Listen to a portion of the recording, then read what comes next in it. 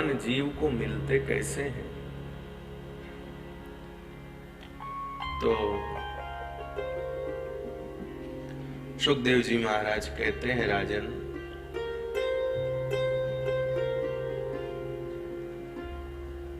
जीव के मन में चाह हो कि मुझे मिलना है, बस उस चाह से भगवान मिल जाते।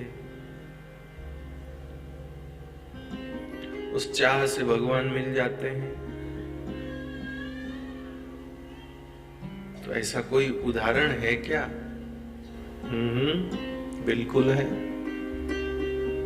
और श्री सुखदेव जी महाराज सुनाते हैं। क्या सुनाते हैं? अथातः कीर्तये वंश पुण्य कीर्ते कुरुद्वः स्वायंभुवस्याभिर्मनो हरेरंशांश जन्मनः। अब मैं स्वयंभू मनु के पुत्रों का वर्णन करता हूं। अब तक मैंने कन्याओं के बारे में बताया, आकुति, देवहूति, प्रसूति। अब मैं तुमको उनके पुत्रों के बारे में बताता हूं। 2 पुत्र हुए मनु जी महाराज के, महाराज प्रियव्रत और उत्तानपाद।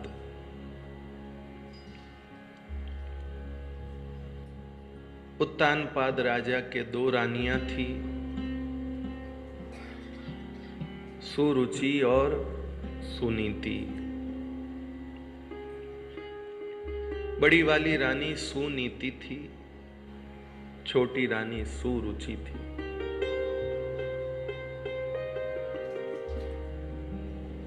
एक बात बताएं, सुरुचि कोई और नहीं थी, सुनीति की बहन ही थी।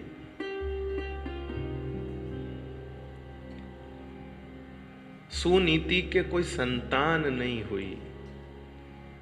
अब राजा को तो आगे अपने राजवंश को चलाने के लिए संतति की आवश्यकता होती है।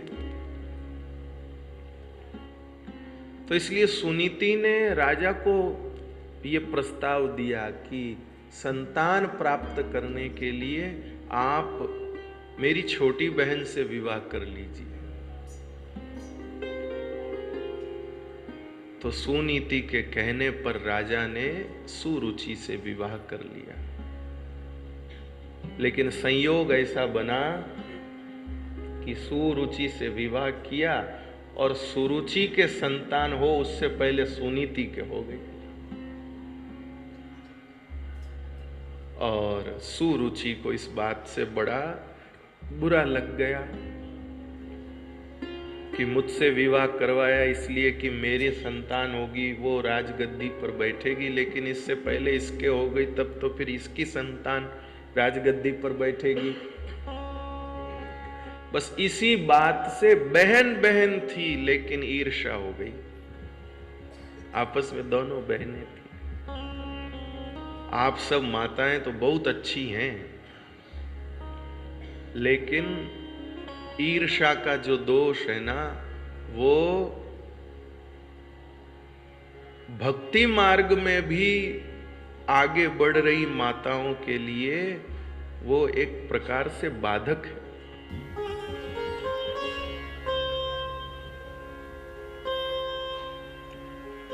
आप इतनी सारी माताएं बैठी हैं, प्लीज बुरा मत मानिएगा। ऐसा नहीं है कि पुरुष सब अच्छे ही अच्छे होते हैं, लेकिन भक्ति मार्ग में सबसे बाधक है ईर्ष्या। जितने पुरुष भक्त हैं उतने महिला भक्तों के नाम आपको सुनने को नहीं मिलेंगे। आप प्लीज बुरा न माने, अन्यथा न लें। उसका कारण क्या है? ईर्ष्या नहीं छूटती है आसानी से। हमारे मारवाड़ी में उसको ईसको कहवे, ईसको। एक दूजे ईसको, इन्हें यूं है तो इन्हें यूं की कर, मारे यूं है तो इन्हें यूं की, इसके ऐसे क्यों तो इसके ऐसे क्यों, इसके यूं क्यों तो इसके ईसको, एक दूजे ईसको।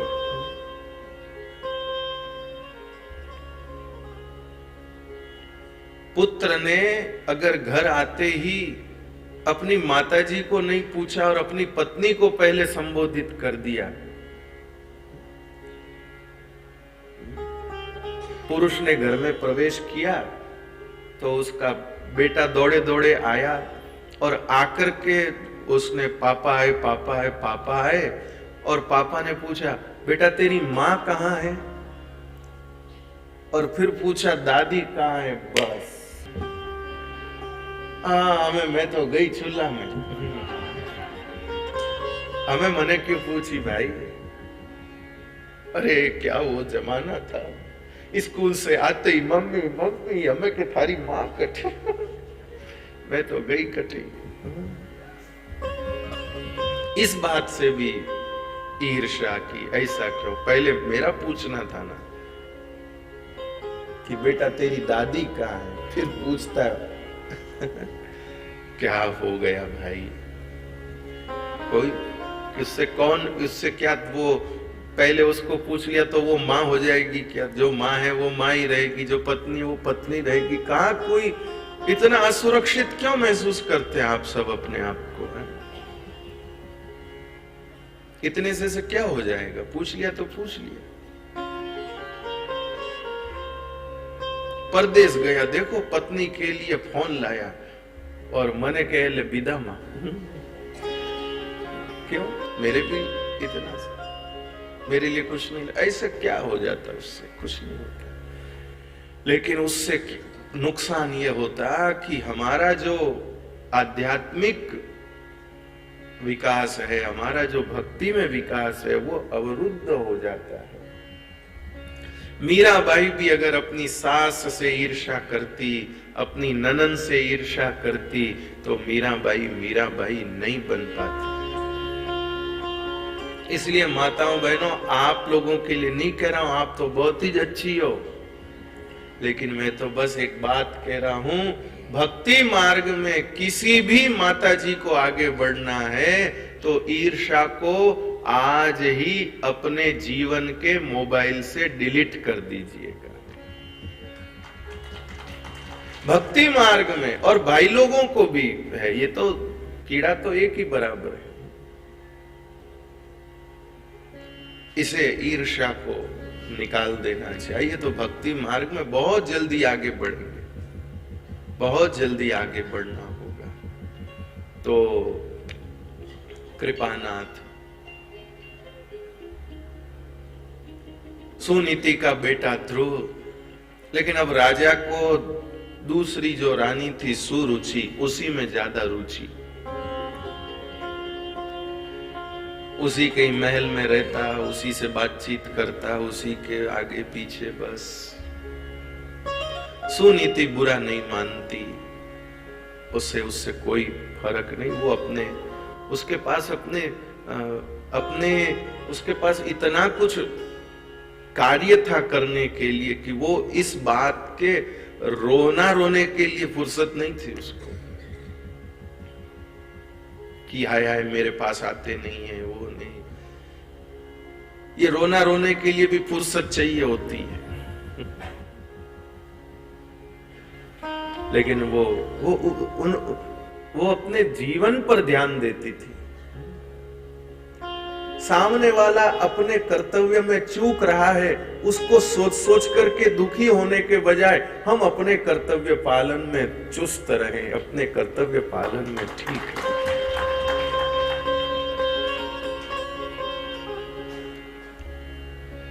तो वो सुनीति को इतनी फुर्सत ही नहीं कि अपनी सहेलियों को बुलावे और उनको कहे देखना ये ऐसे करते हैं, ये आते ही नहीं है, इनको देखो ना, ऐसे फुर्सत ही नहीं। उसके पास अपनी साधना है, अपने कार्य है, अपना उद्योग है, अपनी सृजनशीलता है।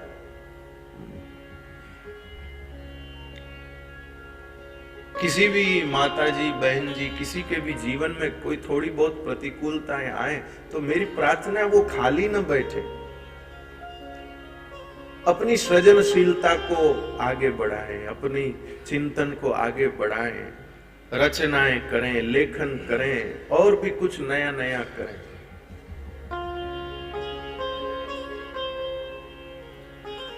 जैसे माता जी, जैसे कोई खुशी ऊर्जा देती ना, ऐसे कोई गम भी ऊर्जा देता है। जैसे जीवन में कोई सुख मिलता है उससे ऊर्जा मिलती है ना, ऐसे कभी कभी गम से भी ऊर्जा मिलती है। कितने सारे कवि हैं गम से ही कवि बने, दुखों ने कवि को जन्म दिया है। कितने ही सारे कवियों को आप देख लीजिए, उनके जीवन में दुख आया और वो कवि बन गए। मतलब दुख में भी सृजन करने की एक ऊर्जा है, दुख भी कुछ बना सकता है अगर व्यक्ति उस ऊर्जा का वैसा उपयोग करे तो, और नहीं तो ढीला मुंह करके बैठे रहो बस। और नहीं तो ऊर्जा से।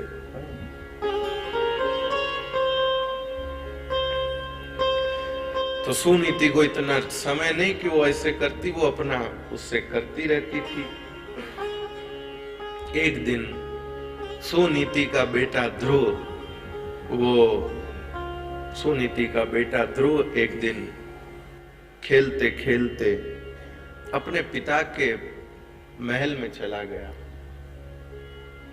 पिताजी उस समय बैठे थे सिंहासन पर। ध्रुव जी के मन में एकाएक इच्छा हुई,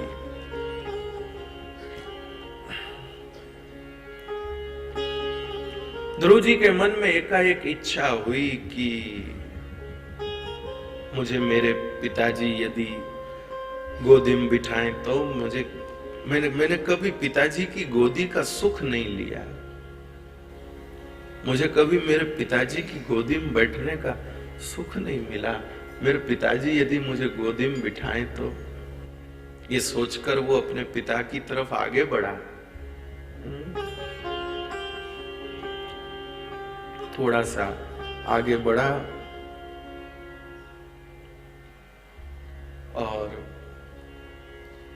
छोटा सा बालक ध्रुव, आंखों में प्रेम, चेहरे पे ललक। और छोटे बच्चे तो भाई अपने छोड़ो दूसरों के भी हों तो भी प्यारे ही लगते हैं। किसका मन नहीं करेगा गोद में लेने का।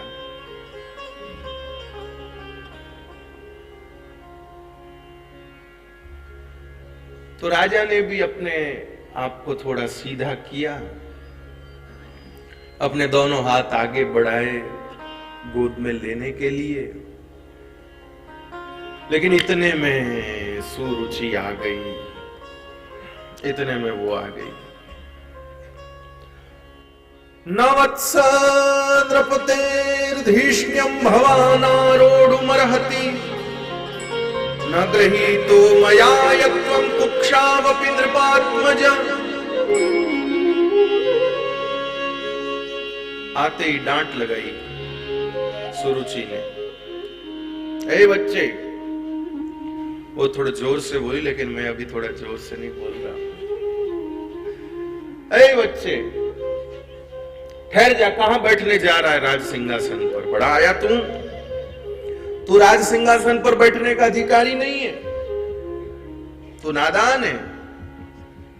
तूने सुनीति के गर्भ से जन्म लिया है, तूने मेरी कोख से जन्म नहीं लिया है। तू मेरी कोख से जन्म लेता तो तुझे राजा की गोद में बैठने का अवसर मिलता।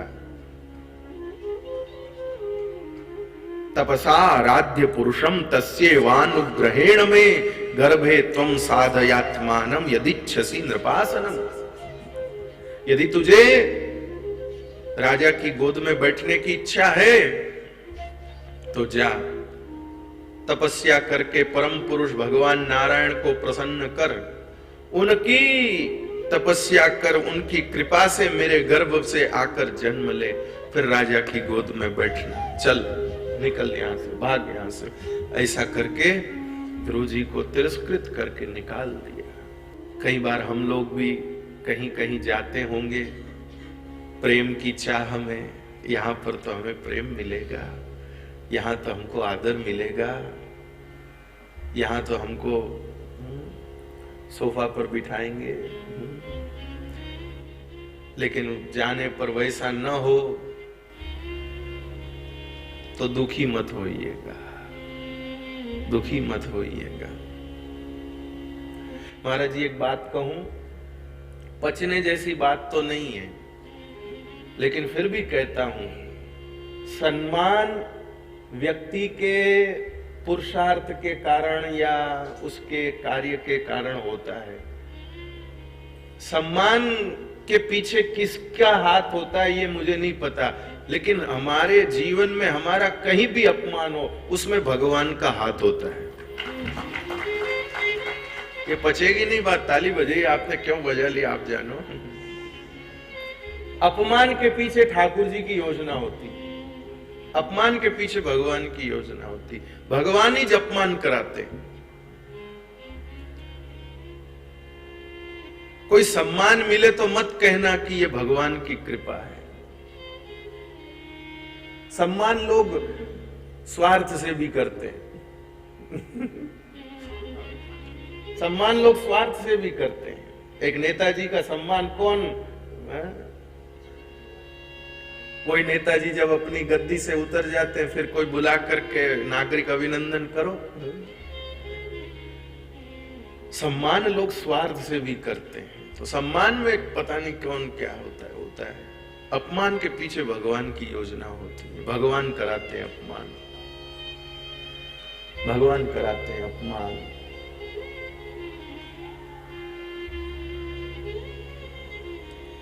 भगवान अपमान कराते हैं। भक्त के मन को शुद्ध करते हैं अपमान के द्वारा। क्योंकि अपमान में भी पीड़ा बहुत होती है। जब किसी का अपमान होता है भयंकर पीड़ा होती है उसको।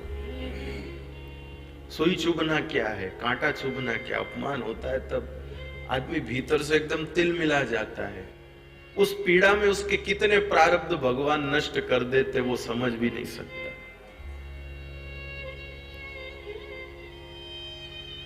उस एक चिंगारी में कितने ढेर जला देते भगवान किसी को नहीं पता। तो कहीं पर हमारा अपमान हुआ तो मन में खुश होना भगवान की कृपा है। आज हमारा अपमान हुआ, भगवान ने कृपा करी। और जो अपमान को पचा लेता है, अपमान को सह लेता है, फिर भगवान उसको वो जिस चीज को पाने जा रहा था ना उससे भी बड़ी चीज देते हैं। भगवान उससे भी बड़ी चीज देते हैं।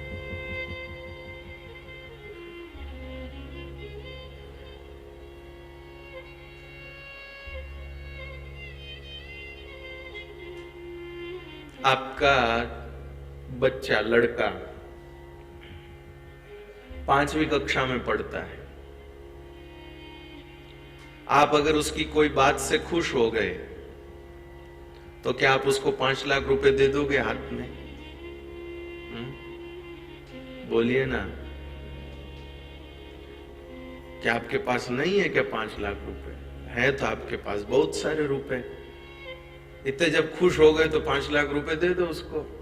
लेकिन आप नहीं देते। खुश तो हुए हैं बहुत, लेकिन उसके स्तर से बड़ी चीज उसको नहीं दे सकते। 5 लाख का उसका स्तर है, 500 रुपया तो फिर भी दे सकते हैं, उससे ज्यादा नहीं दे सकते। लेकिन हमारे भगवान इतने भोले पिताजी हैं, जब हमारे किसी बात पर प्रसन्न हो जाते हैं, जब देखते हैं कि मैंने अपमान करवाया और इसने अपमान को पचा लिया, तो खुश होकर के हमारे स्तर से भी ऊंची चीज हमको देते हैं। हमारे स्तर से भी ऊंची चीज हमको देते हैं। और आप लोग बुरा नहीं मानिएगा, अभी आप सब लोग, हम सब लोग जहां बैठे हैं ना, हम लोग उस स्तर के नहीं हैं। बुरा ना मानिएगा, हम सब लोग मेरे समेत, हम सब जहां बैठे हैं उस स्तर के हम लोग नहीं हैं। जिस कथा को सुनने के लिए राजा परीक्षित अपना सब कुछ छोड़ करके बैठा है, एक लंगोटी लगा के, हम लोग क्या छोड़कर बैठे बताओ? क्या छोड़कर बैठे बताओ? कुछ भी नहीं छोड़कर बैठे। हाँ, पंडित जी कह रहे मोबाइल भी नहीं छोड़ा उसको भी साथ लिए बैठे। कहां है हम उस स्तर के? सुखदेव जी महाराज निवृत्त तृष्णीय उपगीय मानात, कुछ भी नहीं है जिस सुखदेव जी महाराज के शरीर पर, वहां हमें देख लो। कहीं न कहीं भगवान ने हमारी कोई बात पे वो रीझ गए, राजी हो गए, इसलिए हमारे स्तर से भी ऊंची चीज हमको दे रहे हैं, हमारे स्तर से भी ऊंची चीज हमको दे रहे हैं। बाकी हम लोग जहां हैं वो हमारा कोई स्तर नहीं है, हम लोग उसके बिल्कुल भी योग्य नहीं है, पर बस वो रीझ गए हैं, इसलिए हमको हमारे लेवल से भी ऊंची चीज मिल रही है।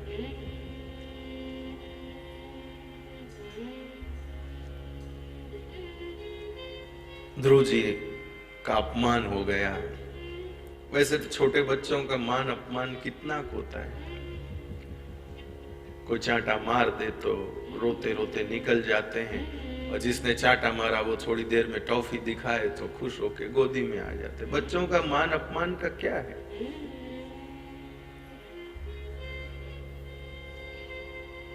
रोते रोते गया ध्रुव अपनी मां के पास,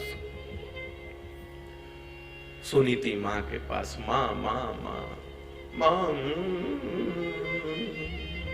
क्या हुआ बेटा?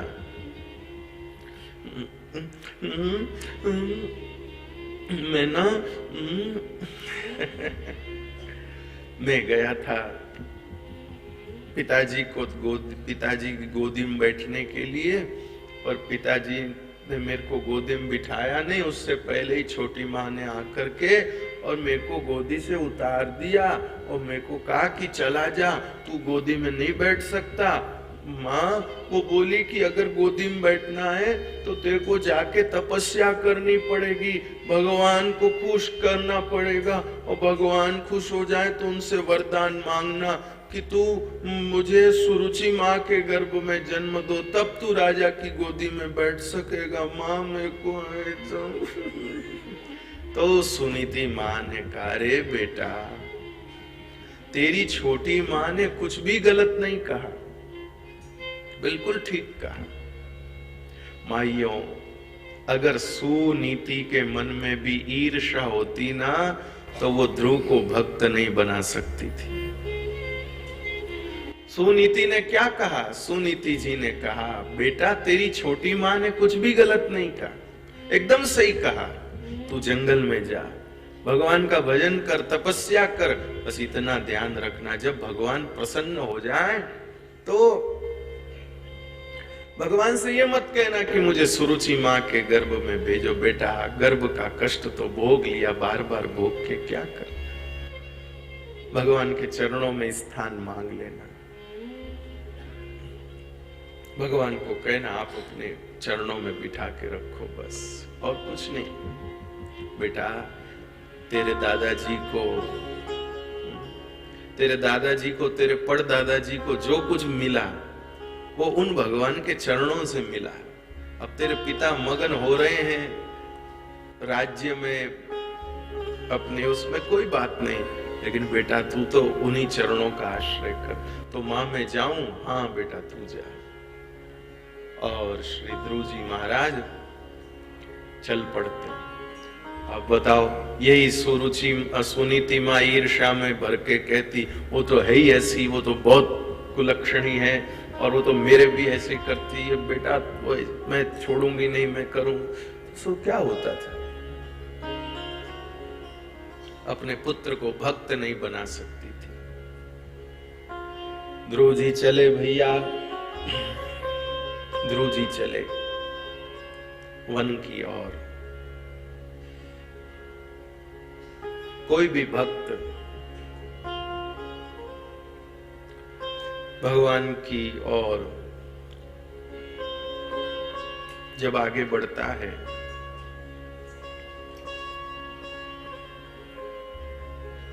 कोई भी भक्त जब भी भगवान की तरफ आगे बढ़ता है, भगवान उसकी चिंता करना शुरू कर देते हैं। तो भगवान ने श्री ध्रुव जी के लिए भी श्री नारद जी को भेज दिया कि आप जाके इसका मार्ग दर्शन करो। तो श्री ध्रुव जी जा रहे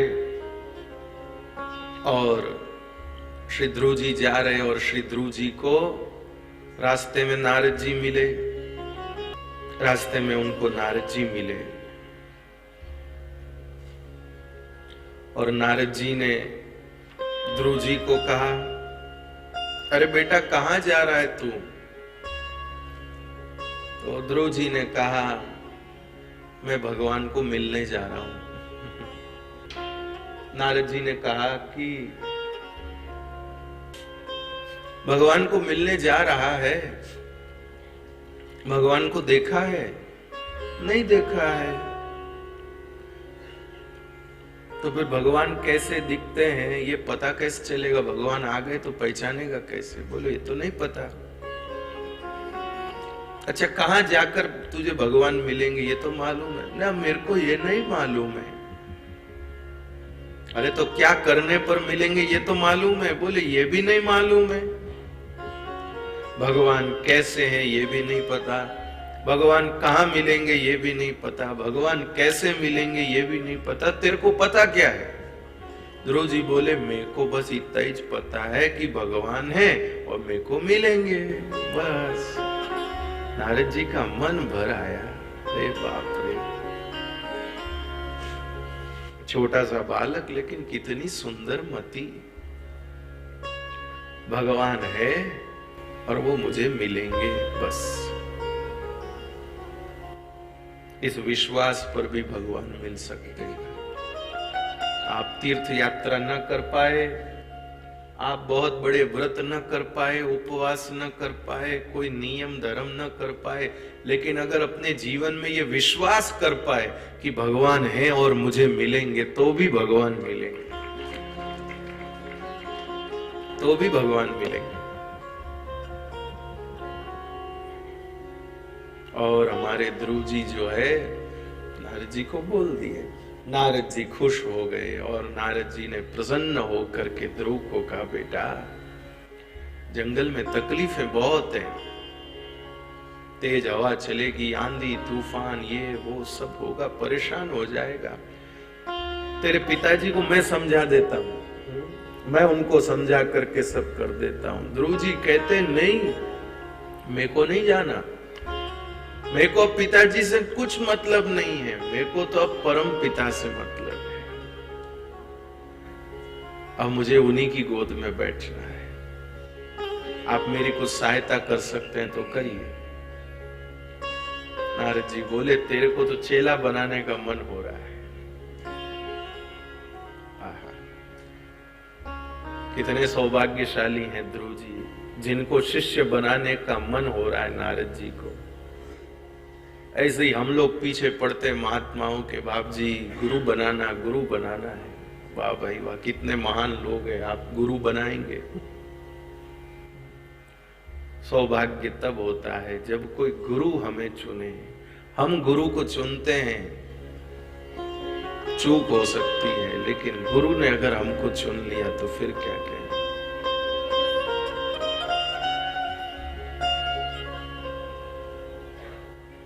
तो श्री नारद जी महाराज ने मंत्र दिया ध्रुव जी को, ओम नमो भगवते वासुदेवाय। यह मंत्र दिया और यमुना जी के किनारे मधुवन में जाओ और वहां मधुवन में जाकर के तुम भजन करो, इस मंत्र का जप करो। ऊंचे टीले पर श्री ठाकुर जी तुम पर कृपा करें। और श्री ध्रुव जी महाराज मधुवन में ऊंचे टीले पर जाकर भजन करते हैं, ओम नमो भगवते वासुदेवाय। 6 महीने तक ध्रुव जी का भजन चला। और 6 महीने के भजन के बाद देवता घबराने लगे। इंद्र को डर लगा कहीं इसने मेरे इंद्रासन को मांग लिया तो। अब ये बेचारा 5 वर्ष का बालक ये काय को तुम्हारे इंद्रासन को मांगेगा। लेकिन भैया क्या कर सकते हैं। इंद्र ध्रुव जी के आगे प्रलोभन प्रस्तुत करता है। इंद्र ध्रुव जी के आगे प्रलोभन प्रस्तुत करता है, मैं तुझे ये दे दूंगा, मैं तेरे को ऐसा कर दूंगा, यूं कर दूंगा, वैसा कर दूंगा, वैसा कर दूंगा। लेकिन ध्रुव जी इंद्र के किसी प्रलोभन की तरफ ध्यान ही नहीं देते। अब तो ध्रुव के तप तेज से सारा ब्रह्मांड एकदम तप्त होने लगा। तब सारे देवता मिलकर भगवान के पास जाके कहते, हे भगवान, आप जल्दी से जल्दी जाओ और जाकर ध्रुव को दर्शन दो, नहीं तो उसके तप तेज से सारी सृष्टि जल जाएगी। तब ठाकुर जी हंसते हुए कहते, अरे देवताओं, जिसने 5 वर्ष की अवस्था में घर परिवार माता पिता खेल खिलौने मित्र बंधु सुख सुविधा सब कुछ छोड़ दिया और अपने गुरु नारद जी के दिए हुए मंत्र का आश्रय करके सतत 6 महीनों से पांव के एक अंगुष्ठ के ऊपर खड़े होकर के जो मेरा नामस्मरण कर रहा है, ऐसे भक्त को दर्शन देने नहीं, ऐसे भक्त का दर्शन करने के लिए मैं जाऊंगा। इसलिए ठाकुर जी ध्रुव जी को दर्शन देने के लिए नहीं आए हैं, ठाकुर जी ध्रुव जी का दर्शन करने के लिए आए।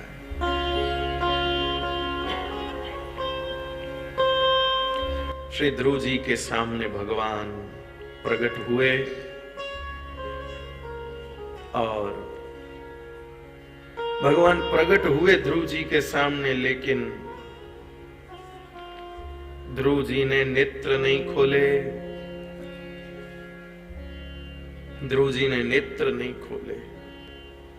ध्रुव जी अपने हृदय में ही भगवान का दर्शन कर रहे थे, अपने हृदय में भगवान का दर्शन कर रहे थे। इसलिए उनको लगा नेत्र खोलकर मैं नया क्या देखूंगा, मेरे हृदय में ही सब है। तब भगवान ने ध्रुव जी के हृदय में से अपने स्वरूप को हटा दिया और जैसे ही हृदय में से भगवान के स्वरूप को भगवान का स्वरूप हटा तो ध्रुव जी एकदम छटपटाए। मेरे भाई बहन, भक्त की छटपटाहट प्राण निकलने पर नहीं होती है, हृदय में से भगवान की छवि निकल जाए तब छटपटाहट होती। साधारण प्राणी प्राण निकलने पर छटपटाता है, लेकिन जो भक्त होता है वो तो हृदय में से प्रभु की छवि निकल जाए तब वो छटपटाता है।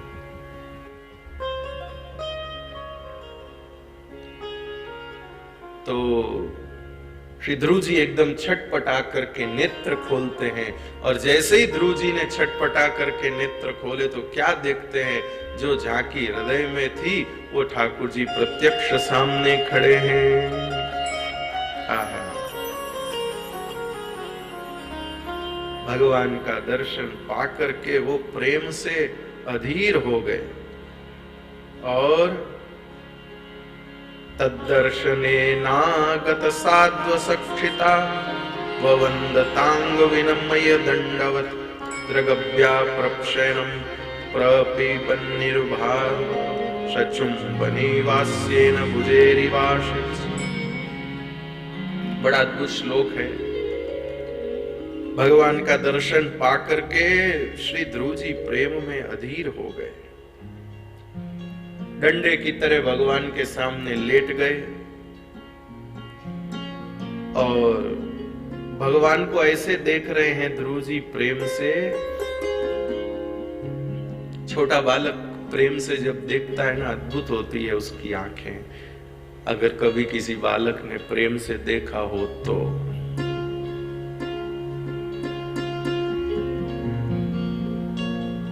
हम अपने बच्चों को लोभी बनाते हैं, प्रेमी नहीं बनाते। माफ करना। कभी उनको टॉफी का लोभ देते हैं, कभी उनको मोबाइल का लोभ देते हैं, कभी उनको खर्ची का लोभ देते हैं। आपके स्नेह का लोभ हो, उनको आपकी गोदी का लोभ हो, उनको आपके आलिंगन का लोभ हो।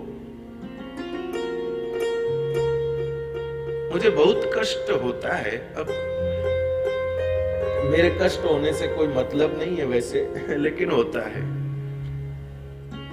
कि जब कभी मैं कथाओं में भी देखता हूं, यहां तो अभी तक नहीं देखा, लेकिन कथाओं में भी कोई छोटा बच्चा दौड़कर आता है अपनी माँ के पास में, तो माँ सोचती है ओहो मेरा बेटा आया है, तो माँ उसको गले लगाने की कोशिश करती है, लेकिन वो बच्चा तो मोबाइल टटोलता है। और जैसे ही उसके हाथ में मोबाइल आता है वो उसको लेकर अलग हो जाता है और माँ ऐसे देखती रह जाती है। तो हमने हमारे बच्चों को लोभी बना दिया। उनको हमारे आलिंगन का लोभ नहीं है, उनको हमारी गोदी का लोभ नहीं है, उनको हमारे स्नेह का लोभ नहीं है। ध्रुव जी इतने प्रेम से भगवान को देखते हैं कि ऐसा लगता है मानो अपने नेत्रों से भगवान को पी जाएंगे। इतने प्रेम से देखते पी जाएंगे। प्रेम की नजर ही प्यारे अलग होती है। क्या उसमें सुकून होता है, क्या उसमें आराम होता है। वस्तु व्यवहार इतना ज्यादा हो चुका है हम लोगों के बीच में कि वो प्रेम की नजरें तो कहीं दिखती नहीं, कहीं नहीं दिखती है। हाथ में माला है लेकिन आंख में श्रद्धा नहीं है। हाथों में आरती का थाल है लेकिन आंखों में प्रेम नहीं। कुछ ये स्नेह तत्व जो हम लोगों में से चले गए ना, ये हमारा बहुत बड़ा घाटा ही है भाई।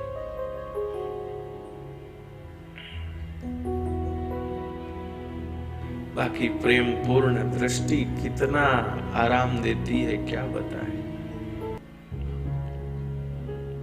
तो भाई श्री ध्रुव जी ने ऐसे प्रेम से भर करके ठाकुर जी को देखा मानो आंखों से भगवान को पी जाएंगे, मुख से चूम लेंगे भगवान को। ऐसा ध्रुव जी का लग रहा है स्वरूप कि वो दौड़कर अभी भगवान के गाल पर चुम्बन कर लेंगे, भगवान को भुजाओं में कस लेंगे। ऐसे सब भाव ध्रुव जी के मन में आ रहे हैं। मैं यूं करूं, ऐसा करूं, ऐसा करूं। कुछ बोलना भी चाहते हैं ध्रुव जी लेकिन कुछ सूझ नहीं रहा है। तब भगवान ने कृपा करी। कृतांजलि ब्रह्ममयेन कंबुना स्पर्श बालम कृपया कपोले सवे तदेव प्रतिपादितां गिरं देवी परिज्ञात परात्म निर्णय। भगवान ने अपने शंख का स्पर्श ध्रुव जी के कपोल पर किया और जैसे ही ध्रुव जी के कपोल पर शंख का स्पर्श किया, ध्रुव जी भगवान की स्तुति गाने लगे। योऽन्तः प्रविश्य मम वाचमिमां प्रसुप्तां सञ्जीवयत्यखिल शक्तिधरस्वधाम्नाम् अन्याश्च हस्तचरण श्रवणत्वगामिन् प्राणानमो भगवते पुरुषाय तुभ्यम्। एकस्त्वमेव भगवन् निधमात्मशक्त्या मायाख्ययोर्गुणया महदाद्यशेषं स्रष्टवानुविश्य पुरुषस्तदसद्गुणेषु नानेव दारुषु विभा वसुवद्विभासि। ऐसे अनेक अनेक श्लोकों से श्री ध्रुव जी ने भगवान की स्तुति करी, अपने मन की सब बातें कही। भगवान खुश हुए, ध्रुव जी को अपने पास बुलाया और अपने पास बुला करके और अपने पास बुलाकर अपनी गोदी में बिठाया। ध्रुव जी के मस्तक पर हाथ फेरा, अपने हृदय से लगाया। अब बताओ, यदि उस दिन पिताजी गोदी में बिठा लेते, लाड दुलार कर देते, तो इस गोदी तक ध्रुव जी पहुंचते क्या? बोलिए ना। बस यही मैं आपसे कहना चाहता हूं, भगवान अगर किसी चीज से हमको वंचित करते हैं तो ये मत सोचिए कि हमारे हाथ से कुछ गया, हमारे हाथ में इससे भी बढ़कर कुछ आने वाला है। ये भगवान की योजना। तो श्री ध्रुव जी को आज क्या सुख मिला। अब ठाकुर जी कहते हैं ध्रुव जी को, बेटा ध्रुव कुछ मांग मेरे से, कुछ मांग बेटा। ये सबसे बड़ा चक्कर है भैया, कुछ मांग। इस चक्कर में कभी ना आना। जब भी भगवान के कुछ मांग, कहना सरकार इतनी बुद्धि नहीं है मांगने जैसी। बेटा कुछ मांग। ध्रुव जी कहते सरकार मैं क्या मांगू, आपने गोदी में बिठा लिया, हृदय से लगा लिया, और इसके बाद कुछ बचता है क्या?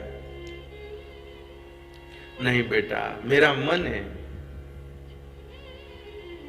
मैं आया हूं तुझे दर्शन देने के लिए, कुछ ना दूंगा तो मेरा मन नहीं मानता, कुछ तो मांग, कुछ तो मांग। अरे बेटा कुछ तो मांगना। ध्रुव जी ने कहा अच्छा ठीक है।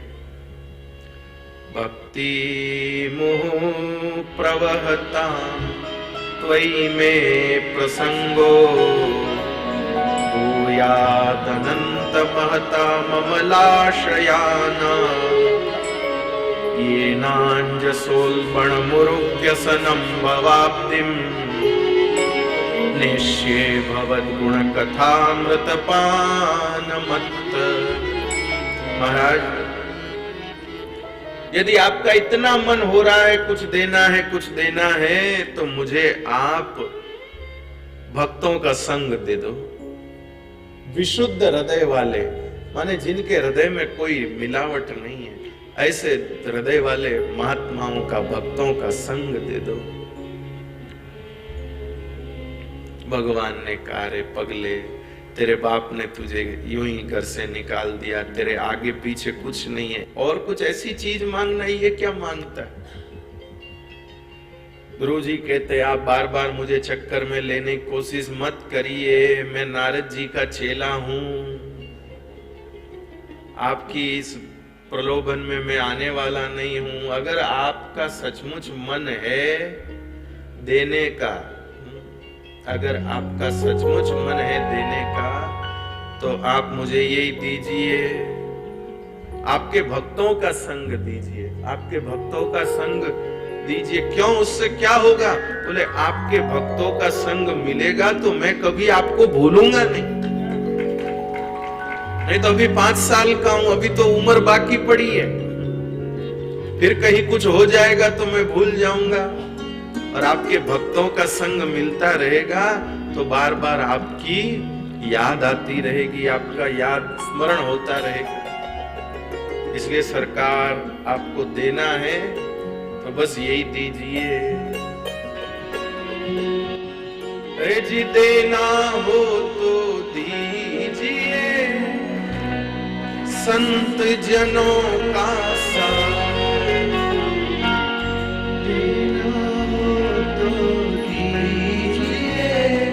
संत जनों का साथ। प्रभु देना हो तो दीजिए, हरि भक्तों का साथ। प्रभु देना हो तो दीजिए, हरि भक्तों का साथ। वो मेरे सिर पे रख दे